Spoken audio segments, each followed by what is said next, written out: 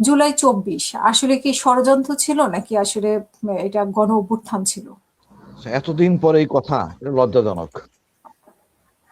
আমি তো একদম মাঠে ছিলাম, আমি দেখছি। বাট এত তাড়াতাড়ি হাসিনা চলে যাবে এটা ভাবিনি। এটা কিভাবে ষড়যন্ত্র হয় দেখুন। পাকিস্তান আর বাংলাদেশের যুদ্ধ হয়, আমাদের মুক্তিযুদ্ধে বলা হয়তো মিসক্রিয়েন্ট, আমরা বলতাম মুক্তিযোদ্ধা।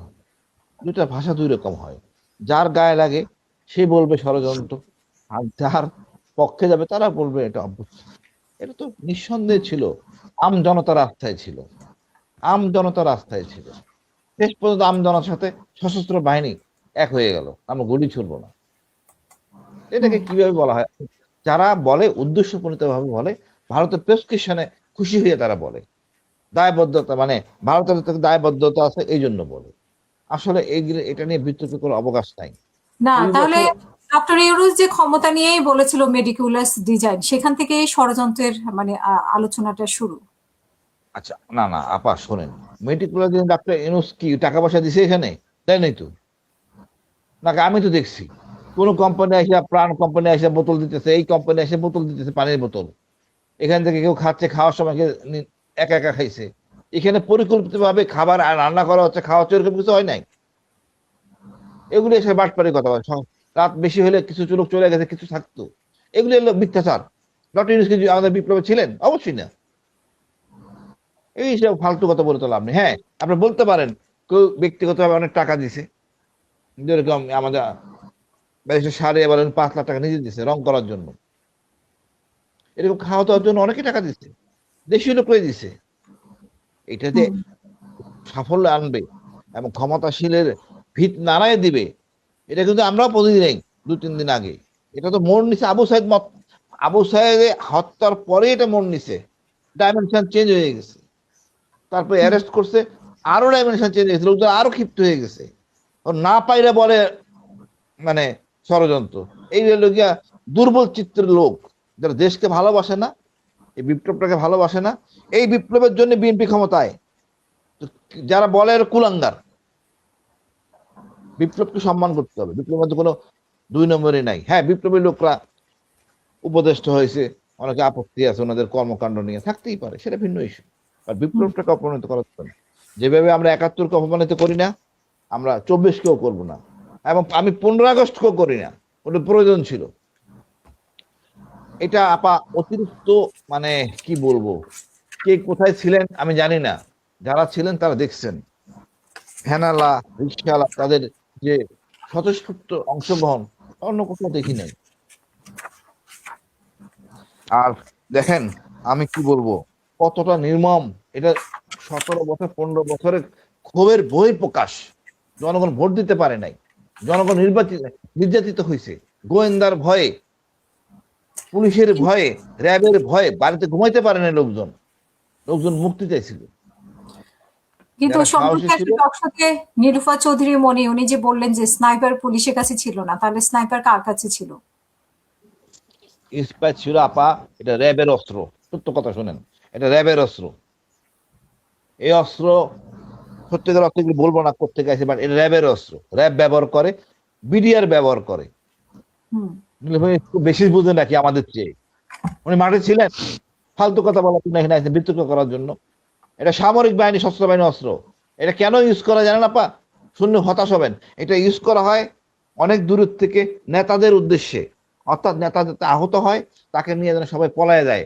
রণভঙ্গ অর্থাৎ বিপ্লব বা কোন রকম মানে মিছিল যাতে বাতিল করে ফেলে, নষ্ট করে দেওয়ার জন্য। এটা গণহত্যা করার জন্য না, এটা সিঙ্গেল রাউন্ড ফায়ার হয়। বুঝলেন তো আবার, সিঙ্গেল রাউন্ড, এটা অটোমেটিক ফায়ার হয় না, নিখুঁতভাবে ফায়ার করে। এটা করে ওই উদ্দেশ্য হলো নেতাকে, নেতাকে দেখে মারবে। নেতা আহত হবে, নেতা আহত হলে তাকে নিয়ে জনগণ সরে যাবে। এখানে হুম। স্নাইপার নিয়ে ফালতু কথা বলে, আরেকদিনে পয়সা খায় নির্ভয় কতগুলি বলতেছে। নাহলে বলার কোনো কারণ নাই। কি কতটুকু জানেন উনি এই সম্বন্ধে, স্নাইপার সম্বন্ধে? পুলিশের কাছে স্নাইপার থাকবে কেন? পুলিশের কাছে স্নাইপার ছিল না? হুম। কাদের কাছে ছিল তদন্ত করুক, বেড়ে যাবে কারা ব্যবহার করছে। আমি জানি, আমি বলবো না এখানে। বাট আমাদের আমাদের বাহিনী, দেশীয় বাহিনী, তারা তারা এটা ব্যবহার করছে, অন্য কেউ করে নাই। তাও তারা দেখে শুনে ব্যবহার করছে। এই যে হেলিকপ্টারে গুলি ছোড়া হয়েছে, এটা তো জঘন্যতম অপরাধ। আপনি ব্যবহারই করতে পারেন হেলিকপ্টার নিরীহ জনগণের উপরে। সেনাবাহিনী, পুলিশ, মিডিয়া সব হলো গিয়া দেশের জনগণের, কোনো দলের না। এই জিনিসটা আমরা ভুলে গেছি। এই জন্য এই বিপ্লব চলতেছে, বিচার হচ্ছে, আগামীতে এই ভুল আমরা না করি। তো এই কেউ যেন 2 মনে বছরে না। সব মিলে 2 বছরের মধ্যে এগুলো কেন, মানে এত ভিডিও ফুটেজ আছে, মানে যেহেতু সোশ্যাল মিডিয়ার যুগ, ভিডিও ফুটেজ আছে, সবকিছুই আছে, কিন্তু এই যে আপা হত্যাকাণ্ডগুলো নিয়ে এখনো যে বিতর্ক, সেই বিতর্কটা আপা কেন? বিকজ ওনার কোনো সমস্যা আছে, পারপাস আছে, এই জন্য রিলি বলছেন। পারপাস ছাড়া বলবেন কেন? প্রমাণ ব্রিগেডিয়ার দেখ। সাখাওয়াতও তো কেগুলি বলেছে। করছে, কে এগুলি পুলিশের কাছে কে ছিল বলছে? পুলিশের কাছে ছিল, অবশ্যই পুলিশের কাছে। র্যাব মানে তো পুলিশ, র্যাব মানে তো পুলিশ। সুতরাং ওই কথা উনি রাইট, উনি রাইট, ওইদিকে রাইট। বাট কেউ এটা অসৎ উদ্দেশ্যে ব্যবহার করে নাই। উদ্দেশ্য হলো নেতাকে হিট করো, বাকি যেন বিপ্লব বন্ধ হয়ে যায়। গণহত্যা করার জন্য স্নাইপার রাইফেল ইউজ করা হয় না। স্নাইপারের গণহত্যা করার জন্য ইউজ করে নর্মাল অস্ত্র। মানে আমি আসলে, এনারা লেখাপড়া যারা জ্ঞানী ব্যক্তি খালি বিভ্রান্তি সৃষ্টি করেন। এই না, পুলিশ ইচ্ছে ব্রিগেডিয়ার করে সাখাওয়াতও তো এরকম একটা বিতর্কিত কথা বলে পরে তো ওনাকে সরে যেতে হলো। তো হ্যাঁ, উনি না জানে আবল তাবল বললেন কেন? কে ছিল এই সশস্ত্র বাহিনীর সদস্যরা? তারপরে ডিজিএফআই, এনএসআই কার ছিল? হাসিনার ছিল।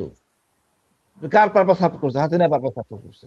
এখন তাদেরকে সময় লাগবে ওই প্ল্যাটফর্ম থেকে সরে আসতে, এবং ওইভাবে সরে আসতেছে। সরাই দেওয়া হয়েছে ডিজিএফআইদের। কোন অবস্থায় হলে আমাদের 4টা ডিজিএফআই চলে গেছে ইন্ডিয়াতে। এরপর কি বোঝার বাকি আছে আমরা কার কাজ করছি? আমরা আমরা ভুলে গেছি এই দল কার, এই গোয়েন্দা কার। এই দেশকে ভুলে আমরা ব্যক্তি দলে চলে গেছি। আর কটা দিন পরে গেলে সিনা ভাই এগ্রি করতেন, এই সাংবাদিকরা ছিলেন যারা তালিমানের বলতেন আর কি, যদি বাইসে থাকতেন হাসিনা আর কয়েকদিন, যে আমাদের একটা রাজবংশ হলে ভালো হয়, শেখ বংশ বানাই ম্যাডাম। বাস হয়ে যেত শেখ বংশ। শেখ বংশ হলে তো মানে পুরো আমরা সব তার, একটা বাহিনী, একটা দল। তাই তো ছিল আসলে। আল্লাহ বাঁচাইছে আমাদের। আমি আবু সাইদদের কাছে কৃতজ্ঞ, এদের জন্য আমরা ফিরে পাইছি। আমি তো আপনারা জানেন কত নির্যাতন নিপীড়িত ছিলাম। আমি তো স্বাধীন ছিলাম ওই বিপ্লবের ওই কটা অংশ। দুঃখজনক, দুঃখজনক আপা, দুঃখজনক। দেরিতে হইলেও সবাই বুঝতেছে আমরা ভুল করছি। আগামীতে আমরা এই ভুল যাতে না করি, সেটাই আমাদের হওয়া উচিত শিক্ষা। এবং আমাদের দেশটা আমাদের সবার, এখানে বিভেদ করার কিছু নাই। জামাত হোক, এনসিপি হোক, বিএনপি হোক, কমিউনিস্ট হোক, আমরা সবাই বাংলাদেশি। দেশটা আমাদের সবার আগে। মিলেমিশে কাজ করব এবং উন্নয়নের জন্য কাজ করব, চুরি করার জন্য কাজ করব না। ধন্যবাদ আপা।